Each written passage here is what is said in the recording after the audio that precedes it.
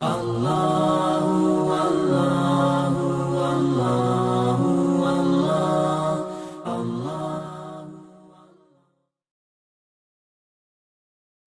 علیکم ورحمۃ اللہ وبرکاتہ. ان الحمد للہ نحمده ونستعینه ونستغفره ونعوذ باللہ من شرور انفسنا ومن سیئات اعمالنا. من يهده الله فلا مضل له ومن يضلل فلا هادي له.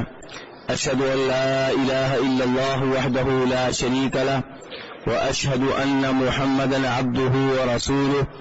اما بعد فان خير الحديث كتاب الله وخير الهدي هدي محمد صلى الله عليه وسلم وشر الامور محدثاتها وكل محدثة بدعة وكل بدعة ضلالة وكل ضلالة في النار. ہر قسم کی حمد و ثنا اللہ تبارک و تعالیٰ کے لیے اور بے شمار درود و سلام ہوں جناب نبی اکرم صلی اللہ علیہ وسلم کی ذات اقدس پہ. نماز ویسے پڑھنی چاہیے جیسے نبی علیہ الصلوۃ والسلام نے ادا کی ہے. نبی علیہ الصلوۃ والسلام کی نماز کے بارے میں بہت سی احادیث ہیں اور بعد میں آنے والے علماء کرام نے ان احادیث کو سمجھا اور پھر کوشش کی کہ ان کو ایک نئی ترتیب دی جائے. چنانچہ کئی چیزوں کو رکن کہا گیا، کئی چیزوں کو واجب کہا گیا اور کئی چیزوں کو سنت کہا گیا. نماز کی کسی چیز کو رکن کہنا اس کا مطلب یہ ہے کہ اگر یہ رہ گئی تو نماز نہیں ہوگی. جیسا کہ رکوع ہے، سجدہ ہے، رکوع اور سجدہ رہ جائے تو وہ رکعت نہیں ہوگی. جب ایک رکعت نہیں ہوگی تو نماز نہیں ہوگی، آپ جو بھی کر لیں. اور کچھ چیزوں کو علماء کرام نے واجب قرار دیا کہ یہ نماز کے واجبات ہیں. ان کا مطلب یہ ہے کہ اگر کوئی واجب غلطی سے رہ جائے اور آپ سجدہ سہو کر لیں تو انشاءاللہ نماز ہو جائے گی. لیکن اگر جان بوجھ کر ترک کریں گے تو آپ کی نماز خطرے میں ہے. ایسی چیزوں کو واجب کہا جاتا ہے. واجبات کے اوپر کئی ایک درس میں پہلے دے چکا ہوں. آج کے درس کا تعلق بھی واجبات سے ہے. چنانچہ نماز میں اللہ اکبر کہنا، کیا کہنا؟ اللہ اکبر کہنا رکوع میں جاتے ہوئے اور پھر سجدے میں جاتے ہوئے، سجدے سے اٹھتے ہوئے، دوسرے سجدے میں جاتے ہوئے، پھر دوسری رکعت کے لیے اٹھتے ہوئے. تو یہ بار بار نماز میں اللہ اکبر کہنا اور رکوع سے اٹھتے ہوئے سمی اللہ لمن حمیدہ کہنا اور اٹھنے کے بعد ربنا ولک الحمد یا ربنا لک الحمد کہنا، یہ تینوں چیزیں صحیح بات یہ ہے کہ واجب ہیں، ضروری ہیں، لازمی ہیں. کن احادیث سے ہمیں پتا چلا کہ یہ چیزیں نماز کا حصہ ہیں اور یہ کہ واجب ہیں؟ آئیے ایک دو حدیثیں اس سلسلے میں آپ کے سامنے رکھنے کی کوشش کرتا ہوں. پہلی حدیث وہ ہے جسے نبی علیہ الصلوۃ والسلام سے نقل کرنے والے صحابی کا نام ہے جناب انس ابن مالک رضی اللہ تعالی عنہ. یہ نبی علیہ الصلوۃ والسلام کے خادم تھے. ایک عرصے تک انہوں نے آپ کی خدمت کی ہے اور آپ کی دعائیں لی ہیں.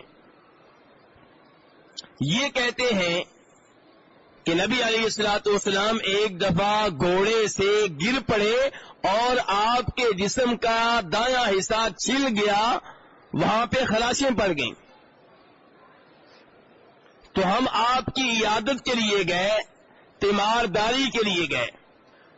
نماز کا ٹائم ہو گیا تو آپ نے ہمیں نماز پڑھائی. اس کے بعد آپ نے یہ فرمایا کہ امام اس لیے مقرر کیا گیا ہے تاکہ امام کی پیروی کی جائے، اقتداء کی جائے. اس لیے فَإِذَا كَبَّرَ فَكَبِّرُوا، جب امام اللہ اکبر کہے تم بھی اللہ اکبر کہو. اللہ اکبر کہو، واجب، آرڈر. جب امام اللہ اکبر کہے تم بھی اللہ اکبر کہو، اور جب وہ رکوع میں جائے تم بھی رکوع میں چلے جاؤ، جب وہ رکوع سے سر اٹھائے تم بھی سر اٹھاؤ۔ وَإِذَا قَالَ سَمِعَ اللَّهُ لِمَنْ حَمِدَهُ، اور جب وہ کہے سَمِعَ اللَّهُ لِمَنْ حَمِدَهُ تو تم کہو رَبَّنَا لَكَ الْحَمْدُ۔ اس حدیث کو میرے بھائیو امام بخاری اور امام مسلم نے روایت کیا ہے۔ ذرا اس حدیث پہ تھوڑا سا غور کیجئے گا۔ اس حدیث سے جو مسائل معلوم ہو رہے ہیں انہیں اپنے اپنے ذہنوں میں بٹھانے کی کوشش کیجئے گا۔ آپ دیکھ رہے ہیں کہ جناب انس ابن مالک کیا فرما رہے ہیں، ہم نبی علیہ الصلوۃ والسلام کے پاس کیوں گئے؟ عیادت کے لیے۔ کیا ہوا تھا آپ کو؟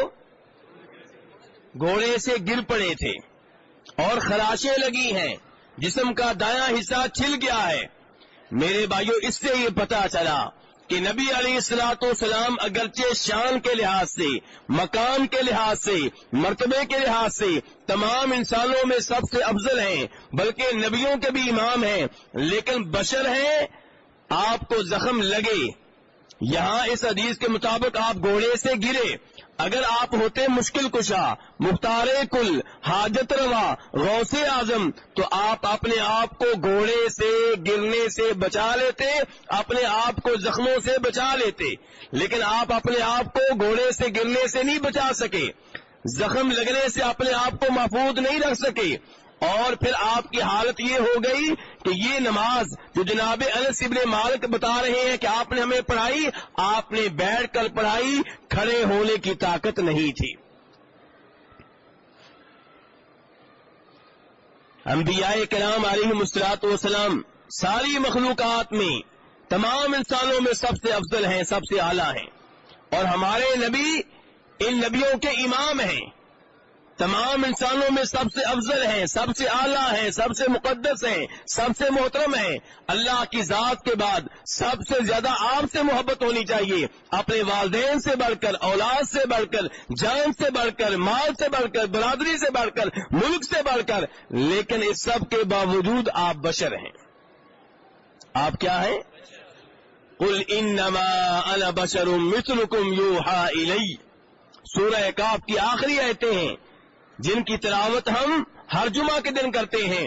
اللہ تعالیٰ کہہ رہے ہیں نبی علیہ الصلوۃ والسلام سے کہ آپ کہہ دیں، آپ بتا دیں کہ سوائے اس کے نہیں، میں تمہاری طرح کا ایک بشر ہوں، لیکن شان کے لحاظ سے مجھ میں تم میں بڑا فرق ہے۔ کیا فرق ہے؟ کہ میرے اوپر وحی نازل ہوتی ہے، اللہ کا کلام نازل ہوتا ہے۔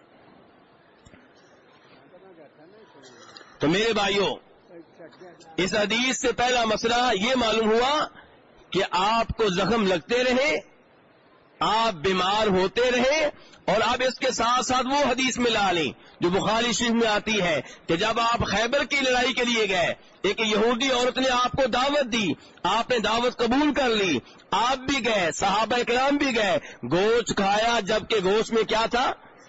زہر تھا۔ جب چند لقمے لگا لیے تب اوپر سے وحی آئی، آپ کو بتایا گیا کہ اس میں زہر ہے، اور آپ پیچھے ہٹ گئے، لیکن اس وقت تک بہت نقصان ہو چکا تھا، آپ کے ایک صحابی اسی زہر کی وجہ سے شہید ہو گئے، اور اس زہر کے اثرات آپ آخری وقت تک محسوس کرتے رہے۔ جب آپ فوت ہونے والے تھے، آپ جناب عائشہ سے کہہ رہے تھے کہ عائشہ، اس زہر کے اثرات کو میں اب بھی محسوس کر رہا ہوں۔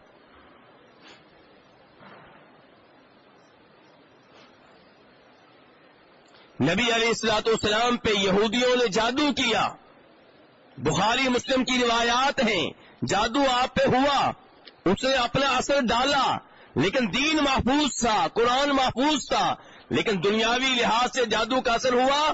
آپ یہ سمجھتے تھے کہ میں نے اپنی بیگم سے تعلقات قائم کیے ہیں، لیکن آپ نے تعلقات قائم نہیں کیے ہوتے تھے۔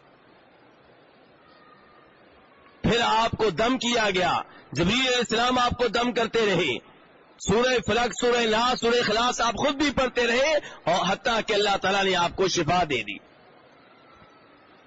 ان تمام احادیث سے کیا معلوم ہوا کہ آپ مختار کل نہیں تھے، حاجت روا نہیں تھے، غوث اعظم نہیں تھے۔ اسی لیے سورہ جن میں اللہ تعالیٰ فرماتے ہیں قُلْ إِنِّي لَا أَمْلِكُ لَكُمْ ضَرًّا وَلَا رَشَدًا، قل انی لن یجیرنی من اللہ احد، آپ کہہ دیں اے نبی علیہ السلام، آپ کہہ دیں کہ میں تمہارے لیے نفع و نقصان کا مالک نہیں ہوں، اگر مجھے اللہ پکڑنا چاہے تو مجھے کوئی پناہ نہیں دے سکتا۔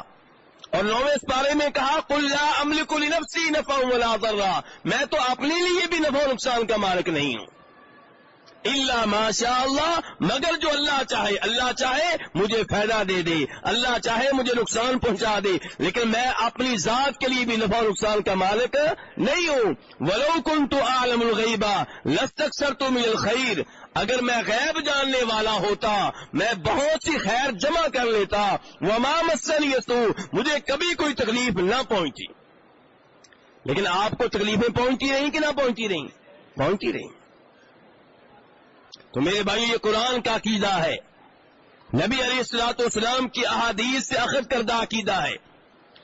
اس کے بعد دوسرے مسئلے کی طرف آتے ہیں کہ صحابہ کرام آپ کی عیادت کے لیے آئے ہیں۔ اس سے پتہ چلا کہ جو بیمار ہو، جو مریض ہو، اس کی عیادت کرنی چاہیے، بڑا ہی عظیم عمل ہے۔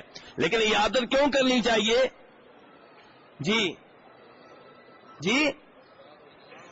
ثواب کی نیت سے، یا اس لیے کہ اگر نہ کی تو پھر مسئلہ بن جائے گا؟ ہاں جی، عیادت کرے اللہ کو راضی کرنے کے لیے، عیادت کرے اس لیے کہ بھائی کے پاس جاؤں گا، اسے حوصلہ دوں گا، اسے دعائیں دوں گا، نبی علیہ السلام کی سنت پہ عمل کروں گا اور اپنے رب کو راضی کروں گا۔ تیسرے نمبر پہ آپ نے نماز پڑھائی، بیٹھ کر پڑھائی، اور پھر نبی علیہ السلام نے اس موقع پہ فرمایا کہ امام کی پیروی کرنی چاہیے، امام کی اقتداء کرنی چاہیے۔ اب امام کی پیروی کن چیزوں میں ہوگی؟ اٹھنے بیٹھنے میں۔ کن چیزوں میں ہوگی میرے بھائیوں؟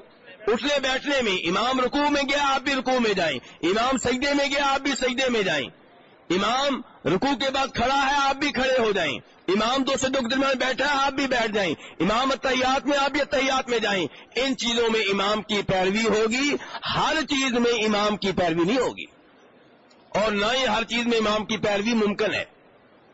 اب امام سجدے میں ہو سکتا ہے پڑھ رہا ہو سبحانک اللہم ربنا وبحمدک اللہم اغفر لی، اور آپ پڑھ رہے ہو سبحان ربی الاعلی، آپ کو کیا پتا وہ کون سی دعا پڑھ رہے؟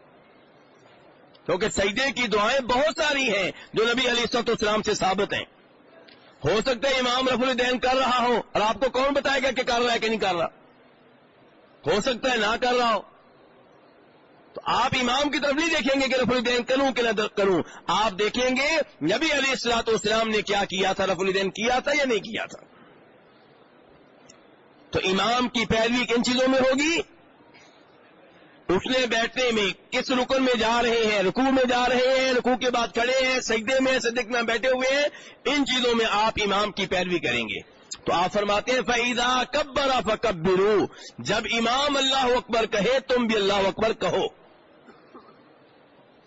انہیں تکبیرات انتقال کہا جاتا ہے کہ ایک جگہ سے دوسری جگہ منتقل ہونے کے لیے اللہ اکبر کہنا، رکوع میں جانے کے لیے اللہ اکبر، سجدے میں جانے کے لیے اللہ اکبر، سجدے سے اٹھنے کے لیے اللہ اکبر، یہ ہے تکبیرات انتقال۔ اس کے بعد آپ کیا فرماتے ہیں؟ جب امام رکوع میں جائے تم بھی رکوع میں جاؤ، اور جب امام سر اٹھائے تم بھی سر اٹھاؤ، اور امام جب کہے گا سمی اللہ لمن حمیدہ، کیا مانا ہے سمی اللہ لمن حمیدہ؟ جی اللہ اس کی حمد و ثنا سنے، قبول کرے جو اللہ کی حمد و ثنا بیان کر رہا ہے، یہ دعا ہے۔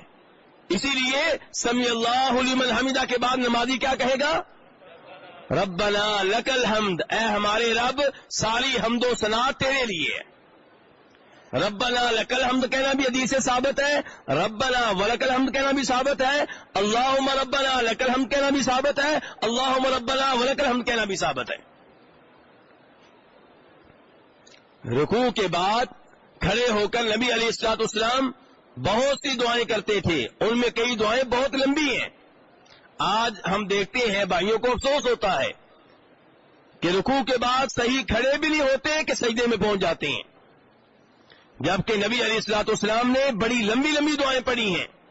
مثلا اللهم ربنا لك الحمد ملء السماوات والارض وملء ما شئت من شيء بعد اهل الثناء والمجد حق ما قال العبد وكلنا لك عبد اللهم لا مانع لما اعطيت ولا معطي لما منعت ولا ينفع ذا الجد منك الجد.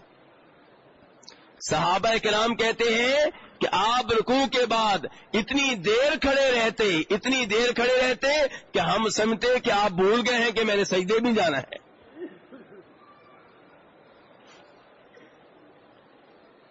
تو بہرحال سمی اللہ لمن حمیدہ کہیں گے, اس کے بعد ربنا ولک الحمد وغیرہ کہیں گے.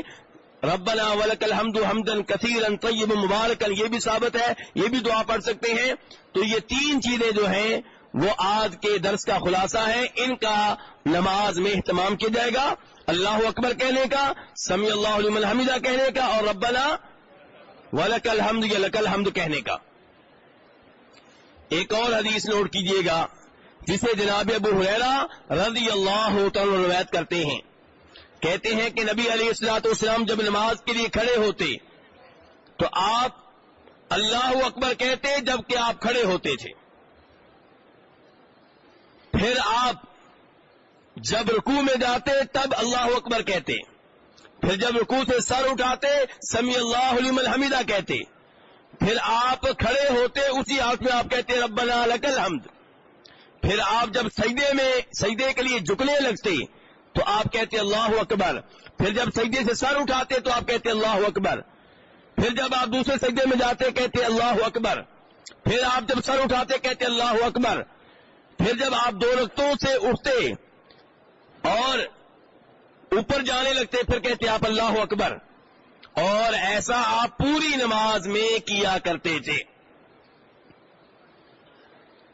اور ابو داؤد شریف کی حدیث ہے جسے جناب رفاع بن رافع زرقی روایت کرتے ہیں رضی اللہ تعالیٰ عنہ. اس میں بھی وہ بتا رہے ہیں کہ نبی علیہ الصلوۃ والسلام کے سامنے ایک آدمی نے نماز پڑھی, نماز کا طریقہ درست نہیں تھا. آپ نے اپنے صحابی کو 3 بار واپس کیا کہ جاؤ دوبارہ نماز پڑھو, تمہاری نماز نہیں ہوئی. اس کے بعد آپ نے صحابی کو طریقہ بتایا کہ تم میں سے کسی کی نماز اس وقت تک مکمل نہیں ہوگی جب تک کہ نماز سے پہلے وضو نہیں کرے گا. وضو کرنے کے بعد پھر اللہ اکبر کہنا ہے تکبیر تحریمہ کے وقت. پھر جب رکوع میں جانا ہے اللہ اکبر کہنا ہے. پھر رکوع سے اٹھنا ہے سمی اللہ لمن حمیدہ کہنا ہے. تو جو کچھ گزشتہ حدیث میں آیا ہے وہ اس حدیث میں بھی آیا ہے, لیکن یہاں پہ یہ بھی کہا گیا ہے کہ جب یہ کام نہیں کرو گے تمہاری نماز نہیں ہوگی, تمہاری نماز مکمل نہیں ہوگی. اس لیے میرے بھائی نماز میں اللہ اکبر کہنے کا, سمی اللہ لمن حمیدہ کہنے کا, ربنا لک الحمد کہنے کا اہتمام کیا جائے. اللہ تعالیٰ سے درخواست کرتے ہیں کہ اللہ تعالیٰ ہمیں اپنے پیارے حبیب صلی اللہ علیہ وسلم کے طریقے کے مطابق نماز پڑھنے کی توفیق عنایت فرمائے. وصلی اللہ تعالی علی نبی محمد وآلہ وصحبہ اجمعین.